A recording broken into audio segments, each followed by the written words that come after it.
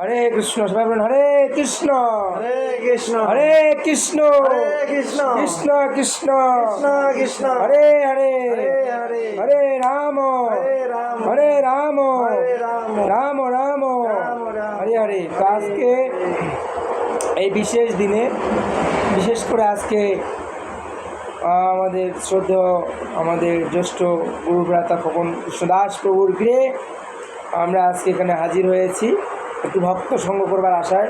হরিবোল। তো প্রভু আমাদেরকে রিকোয়েস্ট করেছিলেন যে প্রভু একটু আসবেন, আমাদের গৃহে একটু পদধূলি দিবেন। তো দীর্ঘদিন সময় কাল ক্ষেপণ করে আসা হয় না। হ্যাঁ, তো গতকাল প্রভু গিয়েছিলেন, তো ভাবলাম আসলে যেহেতু তিনি দীর্ঘদিন বাবদ বলছিলেন, তার পরিপ্রেক্ষিতে আজকে এই গৃহে আগমন। এই জায়গার নাম যেন কি? 10 মাইল গাড়িদহ আরডি। আমরা এখন এই মুহূর্তে 10 মাইল আরডিতে আসছি, এখানে প্রভুর গৃহে। তিনি তার গৃহে এখানে আসছি। তো এখানে এই ভাগবত এখন আলোচনা হচ্ছে ভগবানের কথা। ওম নমো ভগবতে বাসুদেবায়। ওম নমো ভগবতে বাসুদেবায়। ওম নমো ভগবতে বাসুদেবায়। ওম নমো ভগবতে বাসুদেবায়। ওম নমো ভগবতে বাসুদেবায়। ওম নমো ভগবতে বাসুদেবায়। তাই লীলা পুরুষোত্তম গ্রন্থ থেকে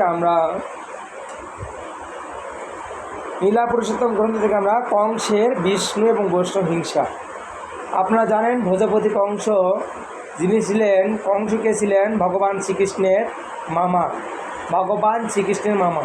ভগবান কৃষ্ণের মাতার নাম হচ্ছে দেবকী। এই দেবকের কন্যা হচ্ছে দেবকী, এবং এই দেবকের পুত্র মানে দুঃসম্পর্কে আর কি, আর যদি মনে পড়ছে না, কংস, ভোজপতি কংস তার মামা হয়, মাতুল।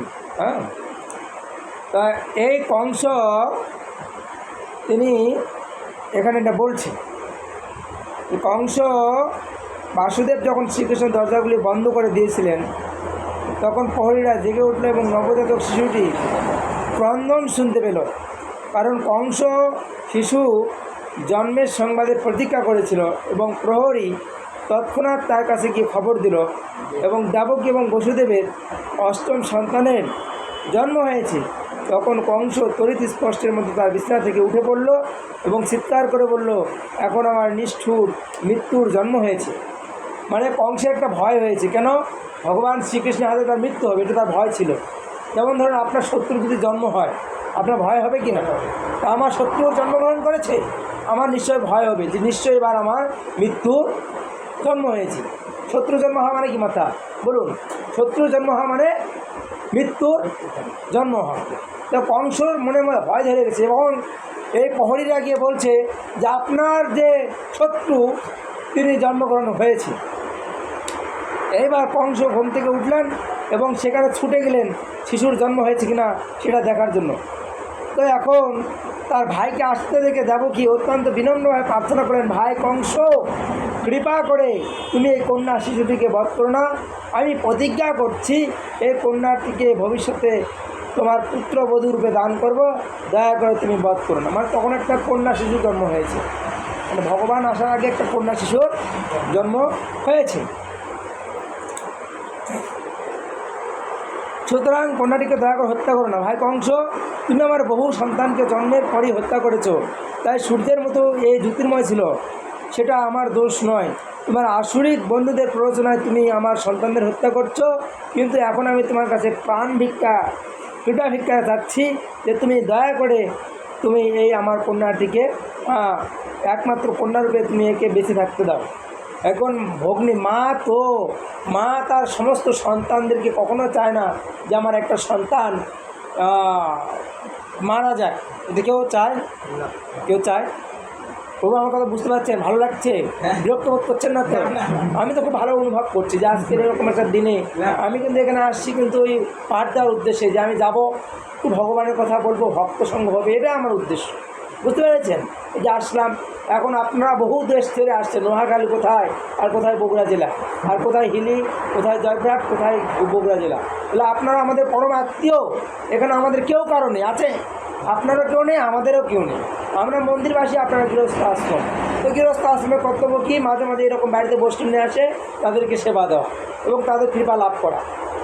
বুঝতে পেরেছেন? এটা হচ্ছে গৃহস্থদের কর্তব্য, তাদের আশীর্বাদ লাভ করা। এটা হচ্ছে গৃহস্থ ভক্তের কর্তব্য। বুঝতে পেরেছেন?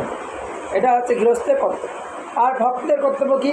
ভক্তের কর্তব্য হচ্ছে গৃহস্থদের দ্বারে দ্বারে গিয়ে কৃষ্ণ নাম প্রচার করা, তাদেরকে ভক্ত পথে আনা, তাদেরকে কীভাবে গৃহে থেকে তারা কৃষ্ণ ভোজন করবে। তারা তো গৃহে শান্তি পায় না।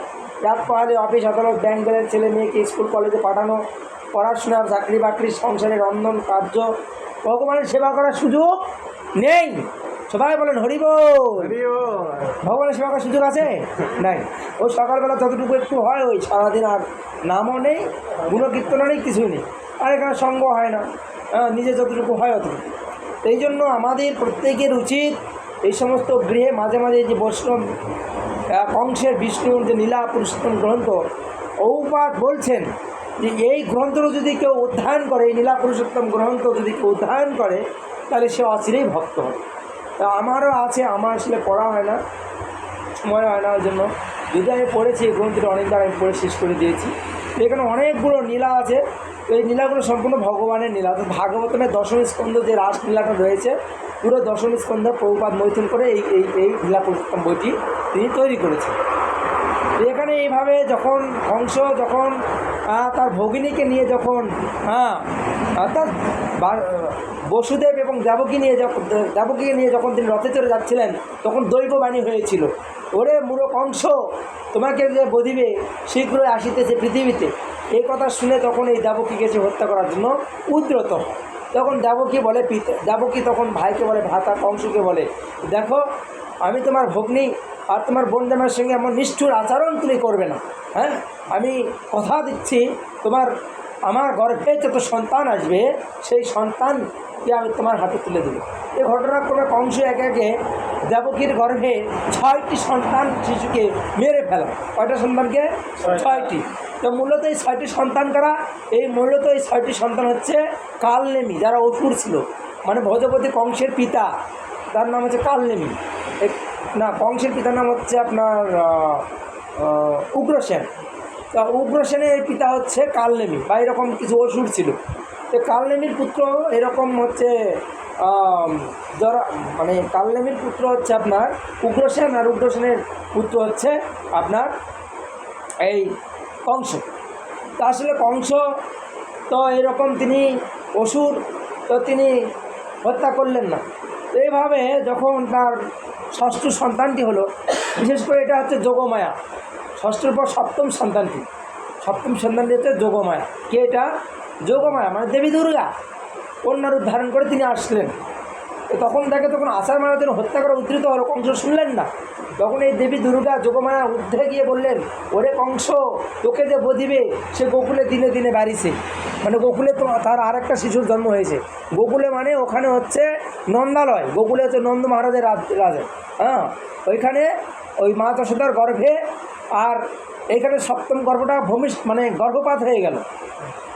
ষষ্ঠটা দেবী দুর্গার রূপে আবির্ভূত হলেন এবং সপ্তম গর্ভপাত হলো। এবং সংকর্ষণ, যোগমায়াকে আকৃষ্ট করে সংকর্ষণ বলরাম, অর্থাৎ তখন সেখান থেকে স্থানান্তরিত করে নিয়ে গিয়ে রুহিণীর গর্ভে স্থানান্তরিত করা হলো। কার গর্ভে? রুহিণীর গর্ভে। তো ওখানে এভাবে জন্মগ্রহণ হলো। এভাবে যখন জন্মগ্রহণ করা হলো, তখন ভগবান কৃষ্ণকে কী করলেন?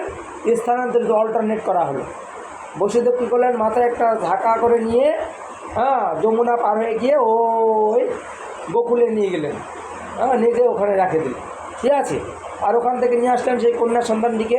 তখন এটাকে আছাড় মারলো, এটা উড়ে চলে গেল। তখন এরকম দেববাণী হলো, তোমাকে যে বধিবে গোকুলে সে বাড়ি সে দিলে। তো এই কথা শুনে আমি এমনি বলছি, এই কথা শুনে তখন কংসর মনের মধ্যে খুব ভয় ধরে গেল। এখন কংসের যত অনুসর ছিল তাদেরকে ডেকে মিটিং করলেন। মিটিং করে বললেন যে আজ থেকে 15 দিনের মধ্যে এই গোকুল, এই বৃন্দাবনের মধ্যে যত সন্তান জন্মগ্রহণ করেছে সবগুলো সন্তানকে আছাড় মেরে ফেলা।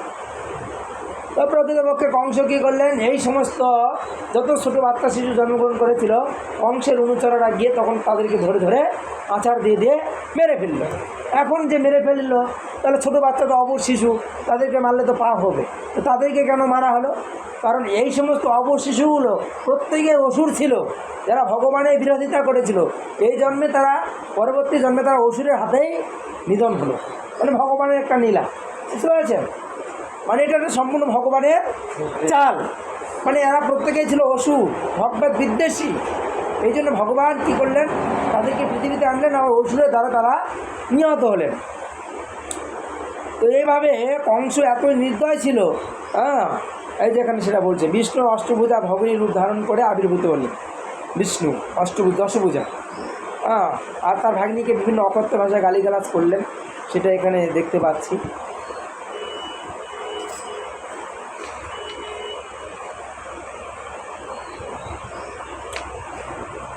তো এবারে সেটা হচ্ছে, এই কন্যা শিশুটি হচ্ছে আসলে দেবী দুর্গা। এইভাবে তিনি একে একে মেরে ফেলালেন। তো মেরে ফেলার পরই প্রথমে তিনি পুতুনা নামে এক রাক্ষসী ছিল, তাকে ডাকা হলো।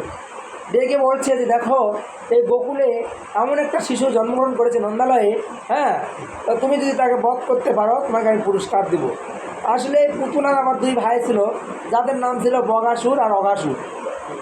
বগাসুর আর অগাসুর মারা যাওয়ার পরে পুতুনা রাক্ষসী তখন ভাইদের মারার জন্য তিনি শত্রু হয়ে গেলেন, এবং তিনি চিন্তা করলেন যে আমার ভাইকে যেহেতু কৃষ্ণ বধ করেছে বগাসুরকে, আমি এর প্রতিশোধ নিবই নিব, বুঝতে পেরেছি? তখন এই পুতুনা রাক্ষসী কী করলেন, তিনি অপরূপ সুন্দরী মোহিনী রূপ ধারণ করলেন। মোহিনী রূপ ধারণ করে